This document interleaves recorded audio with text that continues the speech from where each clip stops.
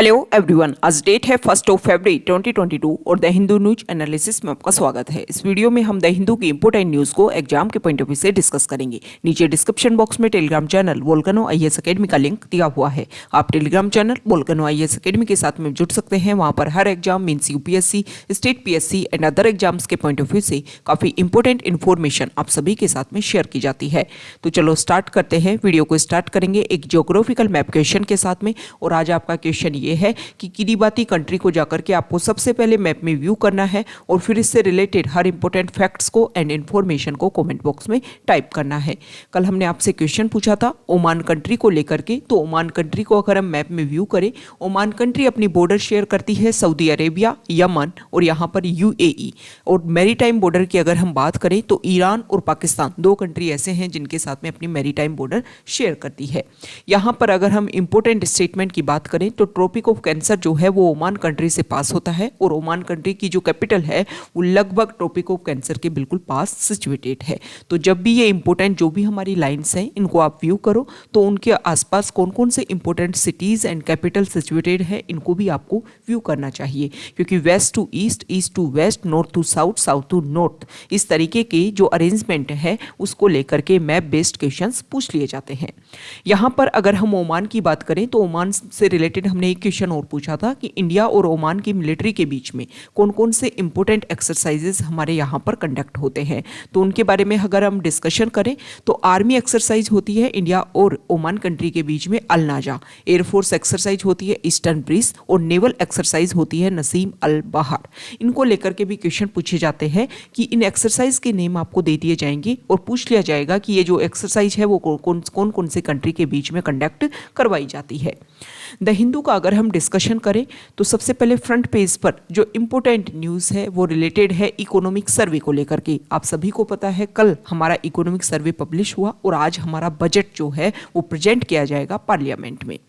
कल हमारे budget session की ओपनिंग होती है और ओपनिंग में जो हमारे प्रेसिडेंट हैं उन्होंने पार्लियामेंट के दोनों हाउसेज की जॉइंट सिटिंग को एड्रेस किया। इंपॉर्टेंट बात बोली उन्होंने वैक्सीनेशन को लेकर के, कुछ इंपॉर्टेंट बात बोली उन्होंने हमारे जो भी मेडिकल स्टाफ है उनको लेकर के कि इन सभी की वजह से हम जो है इस पेंडेमिक की वजह से इतना जल्दी बाहर निकल पाए और इंडिया की जो ग्रोथ, इकोनॉमिक ग्रोथ जो एक तरीके से डिक्लाइन होती जा रही थी वो टाइम के साथ में दोबारा से इंक्रीज हुई है। यहाँ पर बात की गई है कि इकोनॉमिक सर्वे में 2022-23 के लिए शो किया गया है कि 8 से 8.5% तक इंडिया की जो इकोनॉमिक ग्रोथ है वो रहेगी। इसमें यह भी बोला गया है कि 9.2% तक हम ये माने तो 9.2% तक हमारे यहाँ पर ग्रोथ देखने को मिलेगी और जो टोटल जीडीपी है वो 8 से 8.5% तक रहेगी। बहुत लंबे टाइम में यहाँ पर अगर इस यहाँ ग्राफ के थ्रू अगर हम व्यू करें तो यहाँ पर शो कर रखा है कि हमारी जो जीडीपी है फाइनेंशियल ईयर 21 में बहुत ज़्यादा कॉन्ट्रैक्शन हमारे यहाँ पर देखने को मिला था 6.6% का। उसके बाद में 9.2% तक की ग्रोथ होते हुए लगभग 8 से 8.5% तक हमारी जीडीपी यहाँ पर रहेगी। लेकिन इस आर्टिकल में ये बताया गया है कि अगर प्रेजेंट टाइम में हम देखें तो इन्फ्लेशन जो है वो इंक्रीज होती जा रही है। इसके अलावा फ्यूल के प्राइस आप देखोगे तो वो भी इंक्रीज होते जा रहे हैं। इसके बेसिस पर क्या इनको ये जो भी हमारी फ्यूचर में एक्सपेक्टेशन की गई है, क्या इस एक्सपेक्टेशन को ये जो भी टेंशन है इनके साथ में मैच किया गया है या नहीं किया गया है, ऐसा इस आर्टिकल में बोला जा रहा है। यहाँ पर अगर हम बात करें तो इकोनॉमिक सर्वे और आज बात की जा रही है बजट की, ये दोनों चीज़ें हमारे लिए इंपॉर्टेंट हो जाती है। इकोनॉमिक सर्वे जो होता है वो हमारे पास्ट ईयर के बारे में कि लास्ट ईयर हमने किस तरीके से हमने कौन कौन से मनी को कहाँ कहाँ पर रिलेट करने की बात की थी कि इस सेक्टर में हम इतना खर्च करेंगे, इस सेक्टर में इतना खर्च करेंगे, फिर उसमें कितना खर्च किया गया, किसके लिए एक्स्ट्रा वहाँ पर इन्वेस्टमेंट किया गया, इन सब के बारे में बताई जाती है इकोनॉमिक सर्वे में कि लास्ट ईयर हमारा किस तरीके से इकोनॉमिक के एरिया में हमने काम किया। बजट होता है कि आने वाले टाइम में, आने वाला एक साल के लिए हम किस स्कीम के ऊपर, किस सेक्टर में, किस मिनिस्ट्री में हम कितना खर्च करने वाले हैं। तो बजट के बारे में कॉन्स्टिट्यूशनल प्रोविजंस की बात करें तो हमारा आर्टिकल 112 जो है इंडियन कॉन्स्टिट्यूशन का वो बोलता है union budget of a year is referred to as the annual financial statement. Union budget को इस टर्म से रिप्रेजेंट किया जाता है हमारी कॉन्स्टिट्यूशन में। अब ये बजट होता क्या है?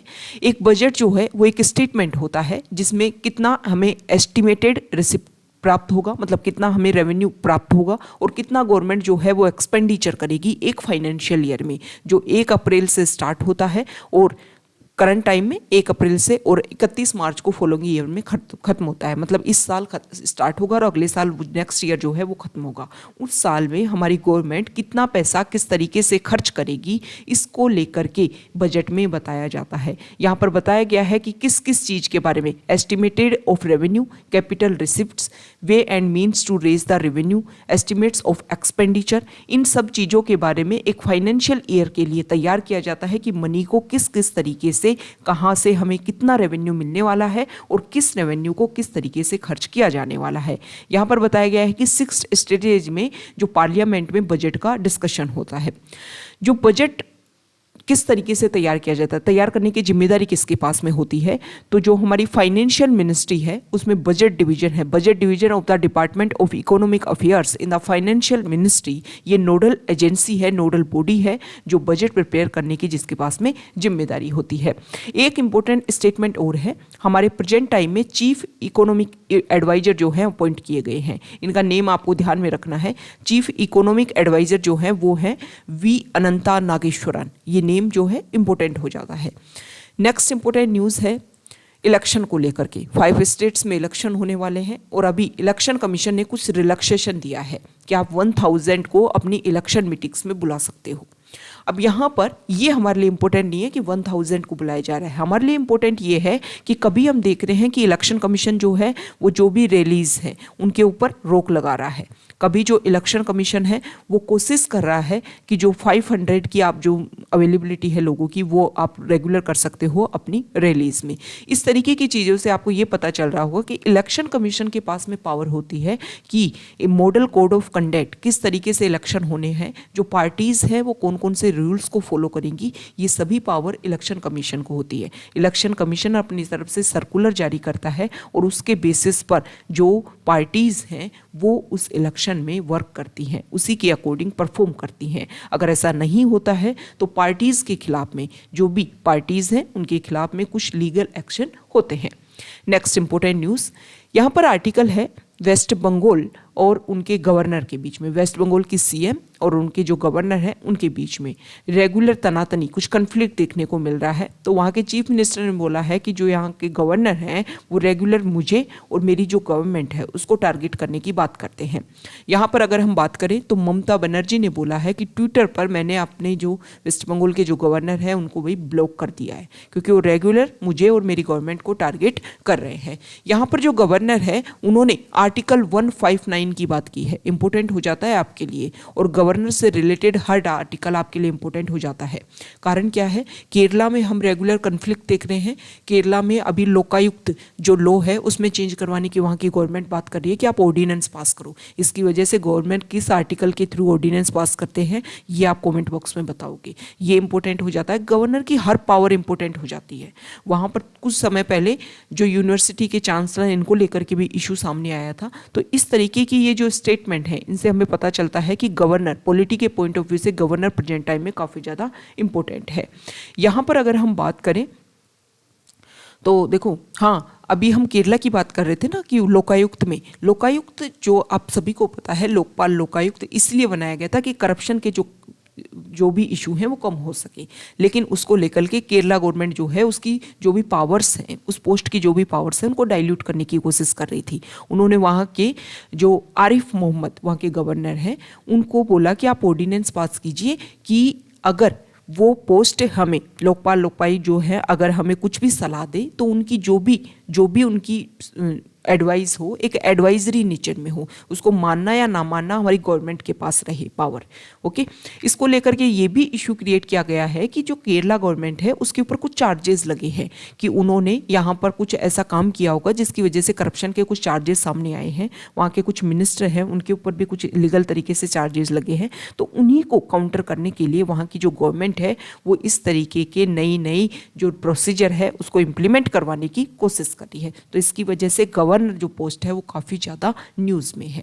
ओके, तो जब भी हम किसी न्यूज़ को स्टडी करें, अब यहाँ पर क्वेश्चन आ जाएगा, इलेक्शन कमीशन को लेकर के क्वेश्चन आपसे नहीं पूछेंगे इलेक्शन कमीशन का क्या क्या प्रोसीजर होता है, क्योंकि अभी हमने देखा कि इलेक्शन को कंडक्ट करवाने में किस तरीके से election commission time to time अपने जो भी नोटिफिकेशन है वो जारी करता है, जिसके बेसिस पर हमें पता चल रहा है कि इलेक्शन कमीशन की कितनी पावर है।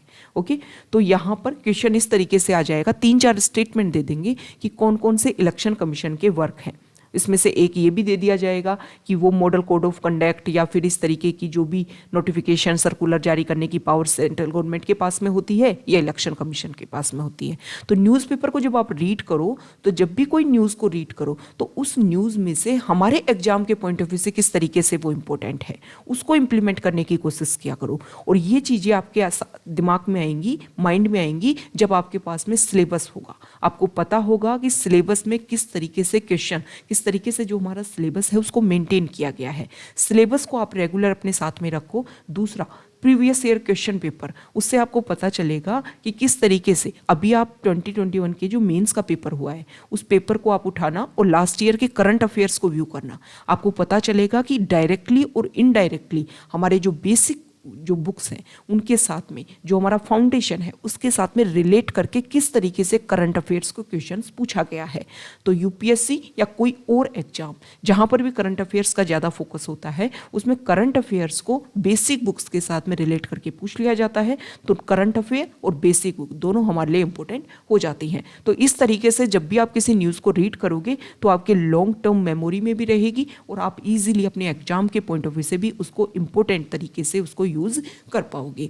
अब यहाँ पर आर्टिकल 159 के बारे में उन्होंने बोला है कि देखो जो ओथ हमें दिलवाई जाती है गवर्नर को, उसके बारे में उन्होंने बोला है, इसकी डिटेल्स उन्होंने शेयर की है। Article 159 of the constitution with the title oath और अफर्मेशन बाय द गवर्नर, कि इस आर्टिकल के अंदर जब हमें ओथ दिलवाई जाती है तो हमें ये सारी चीज़ें बताई जाती है कि जो भी हमारा कॉन्स्टिट्यूशन है उन सब को देखो, bear true faith and allegiance to the constitution of India, constitution of India को लेकर के उसको मेंटेन करना, उसके लेकर के उसको तरफ से एक ट्रू फेथ कॉन्स्टिट्यूशन के लिए शो करना, ये हमें इसको लेकर के हमें ओथ दिलवाई जाती है। और मैं सिर्फ अपना काम कर रहा हूँ कि मुझे यहाँ पर लगता है कि कुछ हर्डल्स हैं, कुछ प्रॉब्लम है, कुछ ऑब्स्टेकल्स हैं, उन्हीं के अकॉर्डिंग इस तरीके के जो इशू हैं वो सामने रखने की मैं अपनी कोशिश करता हूँ।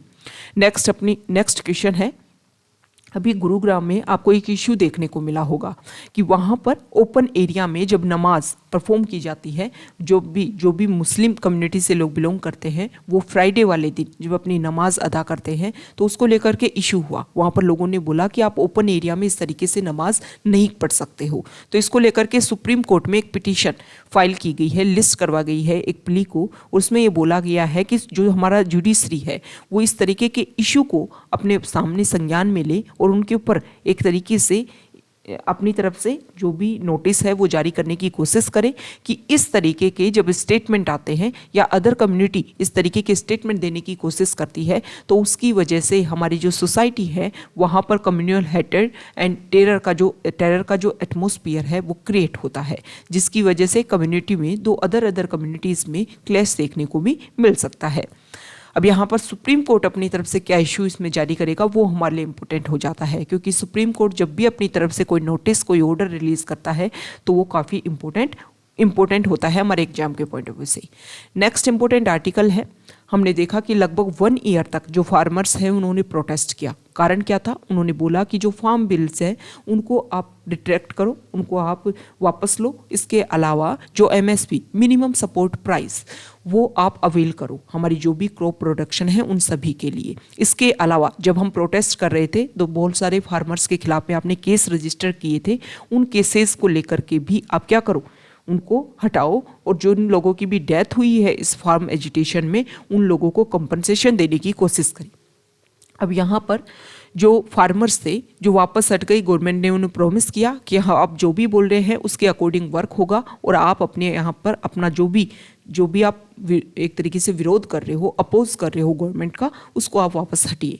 तो यहाँ से फार्मर्स जो हम देख रहे थे कि दिल्ली को चारों तरफ से जो भी बॉर्डर एरियाज़ है वहाँ पर रेगुलर वो लोग बने हुए थे, अब वहाँ से वो लोग वापस रिमूव हो गए हैं। लेकिन 31 जनवरी को उन्होंने ये बोला, 31 जनवरी को हम विश्वासघात दिवस के रूप में ऑब्जर्व कर रहे हैं। Day of betrayal. उन्होंने बोला कि बहुत सारे हमारे जो डिस्ट्रिक्ट हैं उनमें विरोध कर रहे हैं लोग, हमारे जो फार्मर्स हैं, क्योंकि गवर्नमेंट ने जो भी हमसे वादा किया था, जो भी प्रॉमिस किया था, उनको अभी तक कंप्लीट नहीं किया है। ना तो उन्होंने कोई रिटन कमिटमेंट्स दिया है अभी तक कि जो भी प्रोटेस्टर्स हैं उनको हम क्या करेंगे, उनके खिलाफ में जो केसेज हैं उनको विड्रॉ करेंगे, कंपनसेशन देने की कोशिश करेंगे, मिनिमम सपोर्ट प्राइस के लिए कमेटी बनाएंगे। ऐसा कोई भी काम नहीं किया है। तो यहाँ पर संयुक्त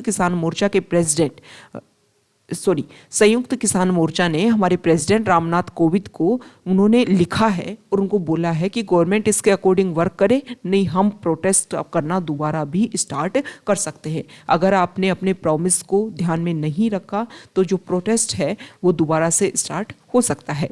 next important news page number 6 पर, एडिटोरियल पेज पर, यहाँ पर जो फर्स्ट आर्टिकल है वो स्पोर्ट्स से रिलेटेड है। कल हमने देखा कि राफेल नडाल ने 21st अपने लाइफ कैरियर का टेनिस गेम से बिलोंग करते हैं, वो टेनिस प्लेयर हैं और स्पेन कंट्री से बिलोंग करते हैं। तो उन्होंने 21st अपना ग्रैंड स्लैम अचीव किया है। सबसे पहले नंबर पर वो ऐसे टेनिस प्लेयर आ गए हैं जिनके पास में सबसे ज़्यादा ग्रैंड स्लैम है। सेकंड नंबर पर आते हैं रोजर फेडरर और इनके साथ में आते हैं नोवाक जोकोविच, दोनों के पास में 20 ग्रैंड स्लैम है। यहाँ पर राफेल नडाल के बारे में बात की गई है, कितनी एज होने के बाद में, इंजरी होने के बाद में भी जो चैलेंजेस को उन्होंने ओवरकम करके ये जो विक्ट्री हासिल की है वो काफ़ी ज़्यादा इंपॉर्टेंट है।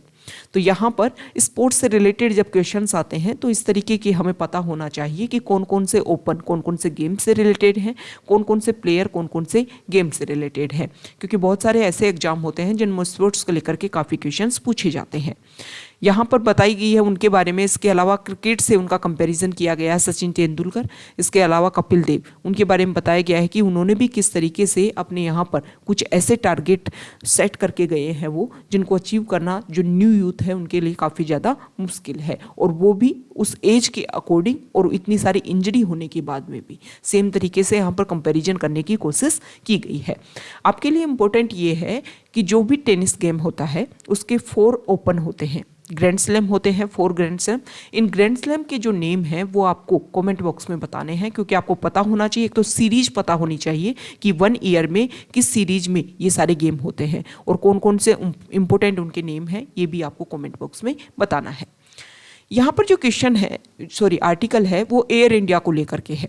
इस आर्टिकल में ये बताया गया है कि देखो एयर इंडिया जो है वो काफ़ी लंबे टाइम के बाद में दोबारा से अपने ओनर के पास में वापस आ गई है।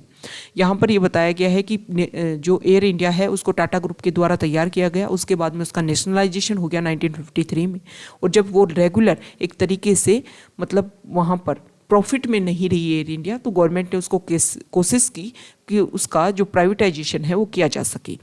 शुरुआत में उसके कुछ स्टेक्स को बेचने की गवर्नमेंट ने कोशिश की, तो किसी ने भी उसकी बिड में इंटरेस्ट नहीं शो किया। बाद में 2018 के लगभग आकर के मोदी गवर्नमेंट ने, नरेंद्र मोदी गवर्नमेंट ने ये शो किया कि 100% स्टेक जो है हम इसके बेचेंगे, और उसी के बाद में लोगों ने इंटरेस्ट दिखाया और फिर टाटा ने इसको दोबारा से अपने पास एक्वायर कर लिया है। यहाँ पर राइटर का ये बोलना है कि अगर एयर इंडिया को लेकर के टाटा ग्रुप जो है वो सारी की सारी बेसिक तरीके से इसको सारे एक्सपर्टी जो है उनका व्यू करके इसको दोबारा से डेवलप करने की कोशिश करेगा, तो ये जो भी बाई किया गया है वो एक सक्सेसफुल बाई रहेगा। इसका जो रिजल्ट है वो काफ़ी शानदार रहने वाला है। नेक्स्ट इंपोर्टेंट आर्टिकल, यहाँ पर आप सभी को पता है रशिया और यूक्रेन के बीच में इशू चल रहा है। कारण भी आप सभी को पता चल गया होगा, क्योंकि हम रेगुलर डिस्कस कर रहे हैं कि भाई कारण ये है कि अगर हम बात करें तो एक राइटर व्लादिमीर लेनिन जो है उन्होंने एक इम्पोर्टेंट बात बोली थी रशिया के लिए कि अगर रशिया को अपनी सुप्रीमेसी बनाए रखनी है तो यूक्रेन हमेशा रशिया के पास होना चाहिए। कारण उन्होंने ये बताया था कि यूक्रेन जो है वो रशिया का हेड है, और अगर हेड ही कट जाएगा तो जो बॉडी है वो किसी काम की नहीं रहेगी। इसीलिए यही कारण है कि डिसइंटीग्रेशन के बाद में जब यहाँ पर बहुत सारे इंडिपेंडेंट कंट्रीज इवोल्व होकर के आए 1991 में, जब यूएसएसआर का डिसइंटीग्रेशन हुआ और जब दोबारा से इवोल्व होकर के आए, तब यहाँ पर रशिया, वैसे वो इंडिपेंडेंट कंट्रीज़ के बाद में छोटे छोटे पार्ट यहाँ पर एग्जिस्ट हुए, लेकिन रशिया जो है वो उनके ऊपर अपनी जो पावर है उनको मेंटेन करके रखना चाहता था। यही कारण है कि यूक्रेन को लेकर के जब इशू है तो रशिया का ये बोलना है कि भले ही हम 2 अलग कंट्री हैं, लेकिन हमारे जो हिस्टोरिकल बैकग्राउंड देख लो, कल्चरल बैकग्राउंड देख लो, पीपल टू पीपल कॉन्टैक्ट देख लो, हम एक ही हैं। अब यहाँ पर आप देख रहे होंगे कि यूएस अपना पार्टिसिपेशन शो कर रहा है। यूएस का शो करने का दो कारण है। एक तो उसका कारण ये है कि 1990 में जब जर्मनी का यूनिफिकेशन हुआ तो रशिया को, यूएस को लगा कि आने वाले टाइम में, अभी यूएसएसआर का डिसइंटीग्रेशन हुआ है, हो सकता है आने वाले टाइम में जो रशिया है वो भी अपना दोबारा से इंटीग्रेशन करे और दोबारा से यूनिफिकेशन हो सके। इसीलिए जैसे ही जर्मनी का यूनिफिकेशन होता है, नाटो ऑर्गेनाइजेशन जो यूएसए लीड करता है उसको, उस ऑर्गेनाइजेशन का उसने एक्सपेंड करना स्टार्ट कर दिया। शुरुआत में क्या था कि यहाँ पर एक तो दोबारा यूनिफिकेशन को रोकने के लिए, दूसरा रशिया को काउंटर करने के लिए यूएसए ने ये सोचा कि अगर उसके बॉर्डर एरियाज में जाकर के हम नाटो ऑर्गेनाइजेशन को एक्सपेंड करेंगे तो वहाँ के जो कंट्रीज हमारे मेंबर बनेंगे उनको सहारा लेकर के हम रशिया को काउंटर करने की कोशिश कर सकते हैं। इस आर्टिकल में राइटर का ये बोलना है कि व्लादिमीर पुतिन जो है वो, आपको पता है कि यहाँ के प्रेसिडेंट है रशिया के प्रेजेंट टाइम में, और यूएस के प्रेसिडेंट है बाइडेन। अगर इन दोनों की बात करें, ये अपनी हिस्ट्री को दोबारा से रीराइट करने की कोशिश कर रहे हैं। कोशिश ये है कि दोनों अपने आप को सुप्रीम बनाने की कोशिश कर रहे हैं। यहाँ पर अगर हम बात करें तो यूक्रेन एक स्मॉल कंट्री जिसको आप एक काउंटर करने की कोशिश कर रहे हो, यूएस उसका यूज़ करना स्टार्ट कर रहा है कि रशिया को काउंटर किया जा सके। लेकिन अगर हम देखें तो हमने अदर कंट्रीज़ में भी इस तरीके का इशू देखा कि अफगानिस्तान के इंटरनल पार्ट में जब जाकर के यूएस ने अपनी 20 ईयर्स यहाँ पर आर्मी रखी, लेकिन वहाँ के जो इशू है वो कभी सोल्व नहीं हो पाई। आज भी हमने देखा है कि वहाँ पर तालिबान ने पावर कैप्चर की है, और अभी अफगानिस्तान के जो लोग हैं उनके राइट्स और ह्यूमैनिटेरियन क्राइसिस हम बहुत ज़्यादा देख रहे हैं। सेम इसी तरीके से अगर किसी कंट्री आप यूज़ कर रहे हो अपने पर्सनल प्रॉफिट को, बेनिफिट को अक्वायर करने के लिए, तो उसकी वजह से वहाँ पर वो जो कंट्री है, वहाँ के जो लोग हैं, उनके जो राइट्स हैं वो सबसे ज़्यादा डाइल्यूट होंगे, डिस्ट्रॉय होंगे।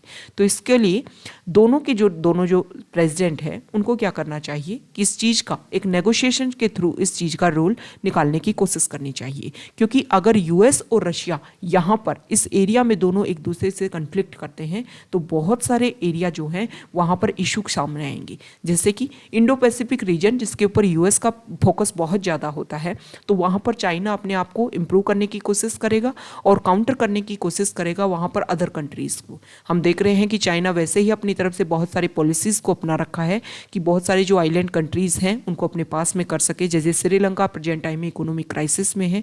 दूसरा अगर हम बात करें तो यूरोपियन कंट्रीज़ में भी लिथुआनिया को उन्होंने अपने अंडर कर लिया है।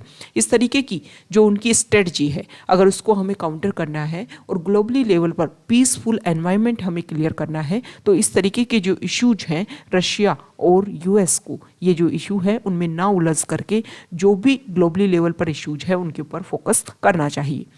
Next important news page number 8 पर कल इकोनॉमिक सर्वे हमारा पब्लिश हुआ और इसमें अपोजिशन जो पार्टीज़ हैं उन्होंने ये बोला कि इस सर्वे में जो हमारी पॉवर्टी रेट क्या रही, लास्ट ईयर जॉबलेसनेस कितनी रही, किस तरीके से लोगों को एक तरीके से उनका जो एम्प्लॉयमेंट है वो डिग्रेड हुआ, उसके बारे में यहाँ पर कुछ भी बात नहीं की गई है। प्राइम मिनिस्टर मोदी जी ने यहाँ पर नेशनल कमीशन फॉर वीमेन जो है उनको ब्रॉडन करने के लिए बात बोली। 30 इयर्स कंप्लीट हो गए हैं इस कमीशन को, और उसके फाउंडेशन डे पर उन्होंने अपने जो भी एड्रेस है उसमें इंपॉर्टेंट बात ये बोली कि ये प्रेजेंट टाइम ये है कि हमें नेशनल कमीशन फॉर वीमेन को एक्सपेंड करना चाहिए। इसके जो एरिया है, इसके जो इम्पोर्टेंट कुछ बेसिक पॉइंट्स हैं उनको और ज़्यादा वाइडन करने की ज़रूरत है। उन्होंने ये भी बोला कि वीमेन एंटरप्रेन्योरशिप को प्रमोट करने की बहुत ज़्यादा ज़रूरत है, आवश्यकता है। वीमेन का पार्टिसिपेशन होना चाहिए हमारे न्यू इंडिया के ग्रोथ में, उसके राइज में। जब वीमेन का पार्टिसिपेशन होगा तो हमारा जो ग्रोथ साइकिल है वो और ज़्यादा अच्छे से डेवलप होगा। Women's commission must ensure that women's role in entrepreneurship is recognised and promoted. ये जो वीमेन कमीशन है इसकी जिम्मेदारी है, उसको ये इंश्योर करना चाहिए कि वीमेन का पार्टिसिपेशन कितना हो पा रहा है और उसको प्रमोट करने की कोशिश की जानी चाहिए। The prime minister noted that the strength of self help groups in the country had increased by 3 times in the past 6 or 7 years। Okay, हमारे यहाँ पर जो एसएचजी ग्रुप है उनकी संख्या पिछले 6-7 सालों में अगर हम बात करें तो लगभग 3 गुना हो गई है। मान लो पहले कम थे, अब उनकी संख्या और ज़्यादा बढ़ गई है। उनका कहना यह है कि प्रेजेंट टाइम में जो गवर्नमेंट है वो वीमेन के इम्प्रूवमेंट के लिए काफ़ी ज़्यादा वर्क कर रही है। नेशनल कमीशन फॉर वीमेन की यहाँ पर बात की गई है, तो उससे रिलेटेड कुछ बेसिक फैक्ट्स को हम व्यू करें तो ये जो नेशनल कमीशन फॉर वीमेन है ये एक स्टैट्यूटरी बॉडी है। जब भी किसी इस तरीके के ऑर्गेनाइजेशन को आप स्टडी करो तो उसकी क्या पोजीशन है, स्टैच्यूटरी बॉडी है, कॉन्स्टिट्यूशनल बॉडी है, नॉन कॉन्स्टिट्यूशनल बॉडी है, ये सब कुछ आपको पता होना चाहिए। तो स्टैच्यूटरी बॉडी है, गवर्नमेंट ऑफ इंडिया के द्वारा इसको बनाया गया था 31 जनवरी 1992 में। इंडियन कॉन्स्टिट्यूशन के जो प्रोविजंस है उन्हीं के अंडर इसको बनाने का काम किया गया था। और इसका मेन काम ये है कि वीमेन को लेकर के जो भी काम है, जो भी इशू है, वीमेन को जो भी चीज़ें इफेक्ट करती हैं, जो भी पॉलिसी इफेक्ट करती है, उन सभी के लिए गवर्नमेंट को एडवाइस करने का मेन काम है इसका। ओके, प्रेजेंट टाइम में जो इसके कमीशन की जो हेड है वो रेखा शर्मा है, और इनकी जो फर्स्ट हेड जो थी कमीशन की, उनका नाम था Jayant Patnaik. Okay, next important news यहाँ पर बात की गई है, देखो पिगेसस स्पाईवेयर को लेकर के। हमने न्यूयॉर्क टाइम्स की रिपोर्ट अभी देखी थी कि इंडिया में 2017 की डील में इंडिया और इजराइल के बीच में पिगेसस स्पाईवेयर को इंडिया में इंस्टॉल किया गया था और यूज भी किया गया था। अब यहाँ पर गवर्नमेंट ने बोला है कि पार्लियामेंट डिबेट में इसकी जरूरत नहीं है। प्रेजेंट टाइम में हम देख रहे हैं कि जुडिशरी ने एक कमेटी इसके लिए बना रखी है, रविंद्रम कमेटी, और जो कमेटी है वो डिस्कशन भी कर रही है, अपनी तरफ से जांच करने की कोशिश कर रही है। तो अगर ये सारी चीज़ें हो पाती हैं तो इसका रिजल्ट तो वैसे ही सामने आ जाएगा। यहाँ पर जो आर्टिकल है वो बजट सेशन के लिए हमारे प्राइम मिनिस्टर ने इंपॉर्टेंट बात बोली है कि जो बजट सेशन है वो बहुत ज़्यादा इंपॉर्टेंट है और इसको कंस्ट्रक्टिव और फ्रूटफुल बनाने की जिम्मेदारी है हम सारे वो मेंबर्स जो पार्लियामेंट के इंपॉर्टेंट मेंबर्स हैं। तो उन सभी को अपनी अपनी ड्यूटीज़ को अच्छे से वर्क करना चाहिए, तभी जाकर के जो बजट सेशन है वो फ्रूटफुल क्रिएट हो पाएगा। यहाँ पर जो आर्टिकल है वो इंडिया और रशिया के बीच में डिस्कशन को लेकर के है। United nation security council agenda को लेकर के डिस्कशन हुआ, क्योंकि इस महीने की जो हेडशिप जो है एक तरीके से यूनाइटेड नेशन सिक्योरिटी काउंसिल की, वो रशिया के पास में आएगी। तो इसमें कि किस किस पॉइंट के ऊपर हम डिस्कशन कर सकते हैं, तो रशिया और यूक्रेन के ऊपर डिस्कशन किया जा सकता है। हम कुछ इस तरीके का रेजोल्यूशन लेकर के आए ताकि ये जो इशू है वो सोल्व हो सके और यहाँ पर वॉर जैसी सिचुएशन ना बन सके। अब उसमें इंडिया का क्या स्टैंड रहेगा, इसी को लेकर के यहाँ पर डिस्कशन हुआ। तो देखो इंडिया का तो वैसे न्यूट्रल स्ट्रेटजी है, न्यूट्रल पॉलिसी है। इस तरीके के इश्यूज पर इंडिया किसी का भी साथ देने से एक तरीके से इनकार ही करता है, क्योंकि रशिया के साथ भी हमारे रिलेशन अच्छे हैं। दूसरी तरफ अगर हम बात करें तो रशिया के यूएस के साथ में भी रिलेशन अच्छे हैं, और यूक्रेन जिसको लेकर के कन्फ्लिक्ट हो रहा है उस कंट्री के साथ में भी हमारे रिलेशन काफ़ी सही है। तो यहाँ पर अगर हम बात करें तो इसमें कौन कौन से एजेंडा को लेकर के क्या डिस्कशन होगा इसके बारे में बात किया गया। इसके अलावा किस तरीके से यूक्रेन वाले इशू को सॉल्व किया जा सकता है उसके बारे में भी बात हुई। Next important news page number 10 पर। पेज नंबर 10 पर जो फर्स्ट आर्टिकल है उसमें इकोनॉमिक सर्वे के बारे में यहाँ पर बताया गया है अलग अलग क्लिप्स के थ्रू। फर्स्ट यहाँ पर बताया गया है कि पिछले 3 साल में अगर हम बात करें तो फोर्टिफाइड जो राइस है वो अवेलेबिलिटी करवाने की गवर्नमेंट ने कोशिश की है आंगनवाड़ीज में। इसके अलावा मिड डे मील स्कीम जो है गवर्नमेंट स्कूल की, उसमें भी यहाँ पर अवेलेबिलिटी करवाने की कोशिश की है। 2019 में गवर्नमेंट ने सेंट्रली स्पॉन्सर्ड पायलट स्कीम के थ्रू ये जो फोर्टिफिकेशन ऑफ राइस जो है उसको स्टार्ट किया था, और इसको शुरुआत में 15 डिस्ट्रिक्ट जो हैं उनको मैनी स्टेट्स में इंप्लीमेंट करने की बात की थी। Last year independence day speech में हमारे प्राइम मिनिस्टर ने ये बोला कि 2024 तक राइस जो है उसको अवेलेबिलिटी करवाने की कोशिश करेंगे ताकि माल न्यूट्रिशन के खिलाफ हम क्या कर पाए, लड़ पाए, फाइट कर पाए। ओके, क्योंकि हमने देखा था कि जो भी हमारे चिल्ड्रन हैं, जो भी हमारे वीमेन हैं, उनमें एक तो एनीमिया की प्रॉब्लम बहुत ज़्यादा है, इसके अलावा माल न्यूट्रिशन जो भी उनमें न्यूट्रिएंट्स की कमी भी बहुत ज़्यादा देखने को मिली है। फोर्टिफाइड क्या होता है, इसमें राइस को जो नेचुरल राइस है उनको तो एक तरीके से ग्राइंड करके उनका फ्लोर बना करके उसमें जो भी इंपॉर्टेंट न्यूट्रिएंट्स हैं उनको यहाँ पे इंसर्ट किया जाएगा, और फिर दोबारा एक प्रोसीजर के थ्रू, साइंटिफिक प्रोसीजर के थ्रू दोबारा उसको राइस के शेप में तैयार किया जाएगा। ये होता है फोर्टिफिकेशन, ताकि जो भी हमारा प्रोडक्ट है उसमें हम कुछ एक्स्ट्रा न्यूट्रिएंट्स को इंट्रोड्यूस करें, इंसर्ट करें, और फिर उसको हमारी जो पॉपुलेशन है उनको पीडीएस सिस्टम के थ्रू और जो हमारे चिल्ड्रन हैं उनको मिड डे मील स्कीम के थ्रू उनको प्रोवाइड करवाया जाए ताकि न्यूट्रिएंट्स की जो कमी है उनकी बॉडी में कम हो सके। यहाँ पर जो डाटा है वो मनरेगा स्कीम को लेकर के है। आप सभी को पता है कि कोविड के टाइम जब पेंडेमिक में जब लॉकडाउन जैसी सिचुएशन क्रिएट हुई तो मनरेगा जो स्कीम है गवर्नमेंट की, उन्होंने काफ़ी इंपॉर्टेंट रोल प्ले किया लोगों को लाइवलीहुड देने में। तो यहाँ पर बताया गया है कि मनरेगा की जो प्रेजेंट टाइम में जो डिमांड है वो भले ही कम हुई है, लेकिन ये भी यहाँ पर शो किया गया है कि प्री कोविड से अभी भी यहाँ पर इसकी जो डिमांड है वो ज़्यादा ही बनी हुई है। नेक्स्ट इंपॉर्टेंट आर्टिकल है यहाँ पर ये जो जिन्होंने ये इंपॉर्टेंट स्टेटमेंट दिया वो प्रिंसिपल इकोनॉमिक एडवाइजर हैं संजीव सान्याल। उन्होंने ये बोला कि अगर हमें हमारे इंडिया में जॉब क्रिएट करनी है तो हमें इंफ्रास्ट्रक्चर इन्वेस्टमेंट को इंक्रीज करना होगा। ये अगर इंक्रीज होता है तो इंडिया में जो जॉब है वो काफ़ी संख्या में क्रिएट हो सकती है। नेक्स्ट इंपॉर्टेंट न्यूज़, यहाँ पर जो आर्टिकल है वो शुगर मिल्स जो फार्मर्स हैं उनको लेकर के है। इन्होंने ये बताया है कि इथेनॉल ने काफ़ी ज़्यादा हेल्प की है जो फार्मर्स को जो भी प्रॉब्लम थी उनको सॉल्व करने के लिए। ओके, नेक्स्ट इंपॉर्टेंट आर्टिकल है, एक सर्वे कंडक्ट करवाया गया है और उसमें ये बोला है कि इंडिया ने पूरे वर्ल्ड में ग्लोबली लेवल पर 3rd रैंक हासिल की है फॉरेस्ट एरिया गेन में। 2020 में अगर हम देखें तो इंडिया में जो फॉरेस्ट कवर है वो 24% है, लेकिन अगर पॉलिसी की बात करें तो ये बोला जाता है कि किसी भी कंट्री का 33% जो है वो फॉरेस्ट कवर होना चाहिए। वैसे अगर पॉलिसी के अकॉर्डिंग देखें तो भले ही डिक्रीज़ है लेकिन काफ़ी ज़्यादा हमने यहाँ पर इंक्रीज़ भी देखने को मिला है। यहाँ पर अगर हम बात करें तो एक डेकेड की बात की गई है 2010 से 2020 के बीच में, तो annual net gain forest area India में कितना है वो 3rd नंबर पर आया है। मतलब एक डेकेड में सबसे ज़्यादा ग्रोथ हुआ है वो इंडिया में 3rd नंबर पर हुई है।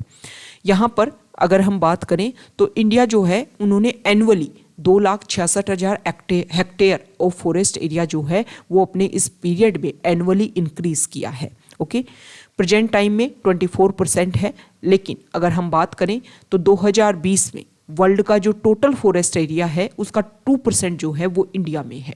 टॉप 10 कंट्रीज जहां पर वर्ल्ड का सबसे ज़्यादा हाईएस्ट फॉरेस्ट एरिया है, जिसमें ब्राज़ील में 59%, पेरू में 57%, डेमोक्रेटिक रिपब्लिक ऑफ कॉन्गो में 56%, रशिया में 50%, जहां पर उनका जियोग्राफिकल एरिया जितना है उसका आधा भाग जो है वो फॉरेस्ट के अंडर है। इंडिया में भी इंक्रीज़ हुआ है, लेकिन इंक्रीज़ होने के साथ में अगर हम बात करें तो जो डेंस फॉरेस्ट कवर है उसमें इन्हेंसमेंट देखने को मिली है, लगभग 20% तक उसमें इंक्रीज हुआ है। जो ओपन फॉरेस्ट कवर है वो भी 7% तक इंक्रीज हुआ है। यहाँ पर अगर हम बात करें तो इसमें बोला गया है कि और टाइम के अकॉर्डिंग हमें इम्प्रूवमेंट की ज़रूरत है, क्योंकि जो ट्रीज़ है वो हमारे एनवायरनमेंट को, बहुत सारी जो हमारी बायोडाइवर्सिटी है उसको मेंटेन करने में, एक रेगुलर स्टेबलाइजेशन लाने में काफ़ी इंपॉर्टेंट रोल प्ले करते हैं।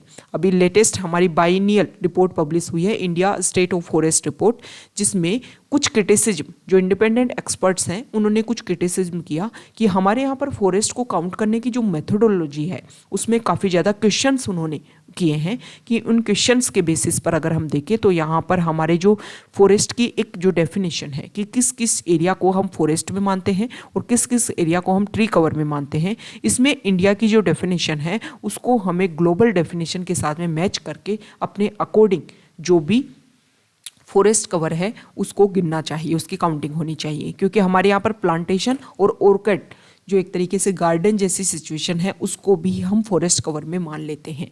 तो इसके बेसिस पर जो भी हमारे यहाँ पर प्रॉब्लम है उन सभी को, जो भी डेफिनेशन में हमारे यहाँ पर गैप है उस गैप को फिल करते हुए इस तरीके के इशू को सॉल्व करने की कोशिश करनी चाहिए। नेक्स्ट इंपॉर्टेंट क्वेश्चन है, नेक्स्ट इंपॉर्टेंट न्यूज़ है पेज नंबर 11 फॉरेन पेज पर। यहाँ पर जो फर्स्ट आर्टिकल है वो यूनाइटेड नेशन ने तालिबान को लेकर के कुछ इंपॉर्टेंट बातें उन्होंने बोली है कि जब से तालिबान अफगानिस्तान में पावर में आया है उन्होंने एक्स अफगान गवर्नमेंट, मतलब पहले तालिबान के पावर में आने से पहले जो अफगानिस्तान गवर्नमेंट थी उसके 100 जो भी ऑफिसर्स हैं और दूसरे जो लोग जो गवर्नमेंट से जुड़े हुए लोग थे उनकी यहाँ पर डेथ कर दी है। इस रिपोर्ट में उन्होंने बोला है more than 2/3 are extra judicial killings. यहाँ पर तालिबान से अगर हम बात करें तो क्या ऐसा इशू हुआ है, तो तालिबान अपनी तरफ से साफ मना करता है कि नहीं ऐसा तो कोई इशू ही नहीं हुआ। हम सभी को पता है कि तालिबान जैसे ही यहाँ पर 15 अगस्त को लगभग उन्होंने कंप्लीट पावर अपने यहाँ पर गेन की, जैसे ही यूएस ने अपनी आर्मी को यहाँ से रिट्रीट करना स्टार्ट किया, तालिबान ने पावर कैप्चर करना स्टार्ट कर दिया। हम ये देख रहे हैं कि प्रेजेंट टाइम में अगर हम वहाँ पर इशू की बात करें तो बहुत सारे इशू हैं अफगानिस्तान में। अगर वहाँ पर वीमेंस की फ्रीडम की बात करें, इसके अलावा जो भी प्रोटेस्ट है उनका राइट टू प्रोटेस्ट जो है, इन सभी को कर्ब करने की कोशिश की है। पॉलिटिकल किलिंग्स जो हैं वो बहुत ज़्यादा सामने आई हैं, यूएन ने अपनी रिपोर्ट में ऐसा बोला है। इसके बावजूद तालिबान ने एक तरीके से प्रॉमिस किया है कि हम जो भी ये United nation assistance mission for Afghanistan को लेकर के अगर हम बात करें तो ये जो भी क्रेडिबल एलिगेशंस उनके ऊपर लगाए जा रहे हैं, एनफोर्स डिसअपियरेंसेस लगाए जा रहे हैं। उनको इस रिपोर्ट में ये बोला गया है कि एक तरीके से बहुत सारे लोग, बहुत सारे वीमेन जो हम देखते हैं प्रोटेस्ट में शामिल है, फिर अचानक से वो गायब हो जाती हैं, उनकी अपीयरेंस जो है वो गायब हो जाती है। इसके बेसिस पर ये लगता है कि जो अफगानिस्तान है, जो भी उनके खिलाफ में कुछ एक तरीके स्टेटमेंट दे रहा है या कुछ भी इनके खिलाफ में प्रोटेस्ट कर रहा है, मतलब लोगों के जो फंडामेंटल राइट्स हैं उनको सिक्योर करने की अफगानिस्तान कोशिश नहीं कर रहा है, तालिबान कोशिश नहीं कर रहा है। अभी नॉर्वे में जब वो मीटिंग करने गए और नॉर्वे में जब उन्होंने इंपॉर्टेंट बात ये बोली कि हम अपनी तरफ से सारे के सारे जो राइट्स हैं उनको अवेल करने की कोशिश करेंगे, तो जब तक तालिबान कुछ बेसिक राइटिंग्स के ऊपर साइन करके नहीं बोलता है कि हम इस तरीके की गवर्नमेंट यहाँ पर इंप्लीमेंट करेंगे, तब तक ये जो इश्यूज है उनको सोल्व करने में काफ़ी ज़्यादा प्रॉब्लम आएगी। और अगर तालिबान को रिकॉग्निशन मिल जाती है एज ए गवर्नमेंट कंट्रीज़ के द्वारा, तो वो अपनी फिर 1996 से 2001 तक जो भी उन्होंने वर्क किया था, जो भी उन्होंने यहाँ पर अपना रूल चलाने की कोशिश की थी, उसी तरीके की एक तरीके की ऑटोक्रेसी वो लाने की कोशिश यहाँ पर करेंगे। तो यहाँ पर ये आज का द हिंदू का इम्पोर्टेंट डिस्कशन था। द हिंदू की वो सारी इंपॉर्टेंट न्यूज़ जो हमारे एग्जाम के पॉइंट ऑफ व्यू से इंपॉर्टेंट है, उन सभी को हमने डिस्कस किया। अगर आप यहाँ तक आए हैं, वीडियो आपको अच्छा लगा है, तो वीडियो को आप लाइक कीजिए, शेयर कीजिए अपने सारे ग्रुप्स में और चैनल को सब्सक्राइब कीजिए। हाँ, एक इम्पोर्टेंट बात और, आप सभी ने हमें इतना सपोर्ट किया, उन सभी लोगों को जिन्होंने भी हमें वोल्केनो IAS अकेडमी को सपोर्ट किया, उन सभी को बहुत बहुत thank you. Volcano IAS academy जो है वो कमिटेड है, हम बेटर से बेस्ट करने की कोशिश कर रहे हैं ताकि हर सारा कंटेंट हम आपको प्रोवाइड कर सके और आपकी एक जो जर्नी है किसी भी एग्जाम प्रिपरेशन में, उस जर्नी में हम आपके साथ में एज ए सपोर्टर हम आपके साथ में खड़े हो सके। तो आप सब ने जो भी हमें सपोर्ट किया है उन सभी के लिए बहुत बहुत धन्यवाद। Okay, thank you.